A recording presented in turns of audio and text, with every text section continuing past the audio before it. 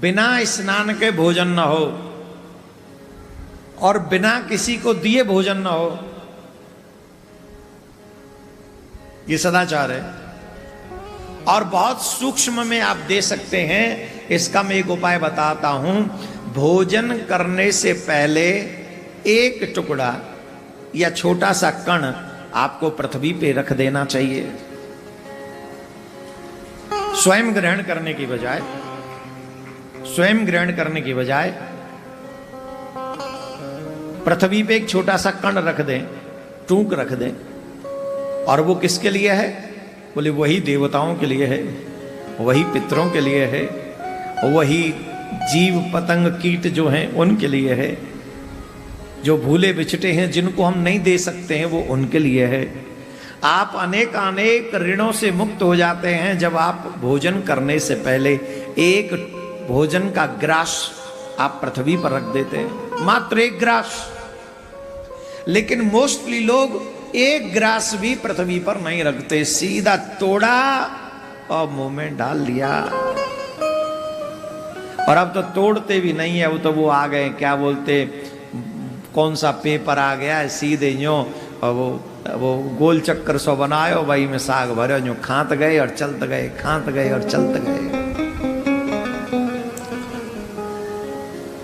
ना प्रसाद की व्यवस्था है, भोजन की व्यवस्था है। पहले भगवान को नेत्र बंद करके पुकारें, हे प्रभु आप पहले भोजन करो, पहले आप भोग लगाओ, उसके बाद एक ग्रास लें और पृथ्वी पे रख दें, जैसे जिसका जो भाग है ले लो।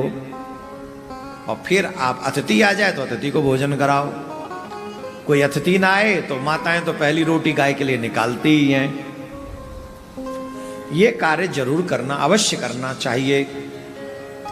अब हम भोजन को सदाचार के विषय में हम इसलिए कह रहे हैं, उत्तर प्रदेश सरकार ने, उत्तराखंड की सरकार ने एक नियम बनाया कि भाई सबको अपने अपने नाम प्लेट डालने पड़ेंगे ढाबा चलाने वालों। तो अभी हमारे पास संदेश आया है कि सुप्रीम कोर्ट ने उस पर रोक लगाई है कि अभी रुक जाओ 26 तारीख तक, ऐसा मत करो। तो अब सुप्रीम कोर्ट के आगे तो कोई कुछ कह नहीं सकता। हम लोग तो सब अपने संविधान का आदर करते हैं, सुप्रीम कोर्ट का ही आदर करते हैं। सुप्रीम तो बहुत बड़ी बात हो गई।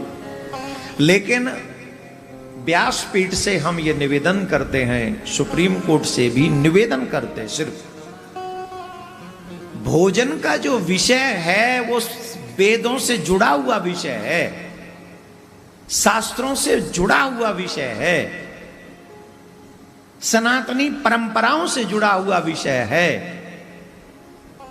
हमारे यहां जब माताएं बहन भोजन करने जाती हैं, भोजन बनाने जाती हैं, तो हमारे यहाँ की परंपराएं हैं कि पहले माताएं बहन स्नान करें, उसके बाद रसोई में जाएं। और ये नॉर्मल जीवन जीने वालों के लिए भी ये नियम है कि अभी हम पूजा करने नहीं जा रहे हैं, पाठ करने नहीं जा रहे हैं, कोई व्रत करने, यज्ञ करने, अनुष्ठान करने नहीं जा रहे हैं, सिर्फ जीवन जी भी रहे हैं। तो माताओं के लिए नियम बनाया गया है कि आप पहले स्नान करो, उसके बाद आप रसोई में जाओ। बोलो है कि नहीं हमारे घरों में? जवाब दो, जोर से बोलो, है कि नहीं? तो जो कावड़ लाने वाले हैं उनको भोजन अगर कहीं करना है तो क्या हम किसी के भी हाथ से भोजन कर लें? और अगर हम किसी के भी हाथ से भोजन कर लेंगे तो वो जो जल गंगा जल ला रहे हैं और जो शिवाभिषेक करना है, क्या वो पवित्रता बनी रहेगी? हम निवेदन कर रहे हैं, हम कोई टिप्पणी नहीं कर रहे हैं, हम तो अपने शास्त्रों की बात आपके सामने रख रहे हैं। और फिर आप इस पे पुनर्विचार करना हो तो करें, नहीं करना हो तो आपसे ऊपर तो कौन है इस समय। पर यह विषय है कि क्या वो कावड़ लाने वाला व्यक्ति उतनी पवित्रता से जल चढ़ा पाएगा, और क्या वो वीडियोस हमने और आपने नहीं देखे हैं उनका क्या होगा जो भोजन में थूक रहे हैं, नाले में सब्जी को धो रहे हैं, फलों को धो रहे हैं, और तो और क्या कहें, मूत्र विसर्जन कर रहे हैं भोजन की वस्तु पर और उन्हें भोजन करने के लिए दे रहे हैं। तो क्या ये वीडियोस सबूत नहीं होंगे इस बात के लिए? तो हमारे, क्योंकि हम सनातनी हैं, इसलिए भोजन की पवित्रता का बड़ा ध्यान रखा जाता है। इस पे राजनीति होने की बजाय सनातनियों के संवैधानिक अधिकार, मौलिक अधिकार की रक्षा करते हुए, पूजा के अधिकार की रक्षा करते हुए इसे मानना चाहिए और इसकी बाकायदा आदर करना चाहिए इस बात का कि हमारे यहां भोजन की पवित्रता का मूल आधार है। वेद कहते हैं आहार शुद्ध हो तो सत्य शुद्धि। आहार शुद्ध होगा तभी जीवन में सब कुछ शुद्ध होगा।